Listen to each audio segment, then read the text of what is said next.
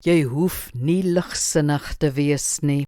Efesiërs 5 verse 3 en 4 sê, maar soos dit heiliges betaam, moet daar onder julle van onsedelikheid en allerlei onreinheid of gierigheid geen sprake wees nie, ook nie van skandelikhede of dwaase of lawwe praatjies, wat alles onvanpas is nie, maar eerder van danksegging.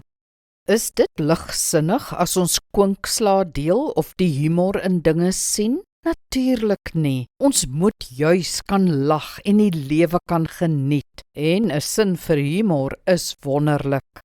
Daar is egter goeie en slegte humor. Platvloersheid, skuinsgrappe en swak smaak is nie snaaks nie. Om te vloek is nie humor nie en niks hiervan pas by 'n Christen nie. Dis pynlik as mens jou vir 'n ander se grappe moet skaam. Nee, wees 'n ontspanne en vreugdevolle mens, maar tree ook gepas op. Ken die balans tussen humor en erns. Alles is nie altyd 'n grap nie.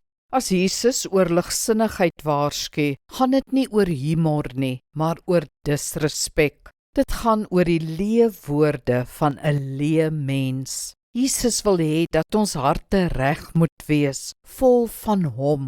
Dan sal ons woorde ook reg wees. Kom ons bid saam. Hemelse Vader, laat my woorde vrugbaar wees, hetsy om hoop of geloof of liefde of vreugde oor te dra. Maak my hart vol van U. Maak my volwasse, oordeelkundig, waardig om 'n kind van God genoem te word. Amen. Die Here seën jou.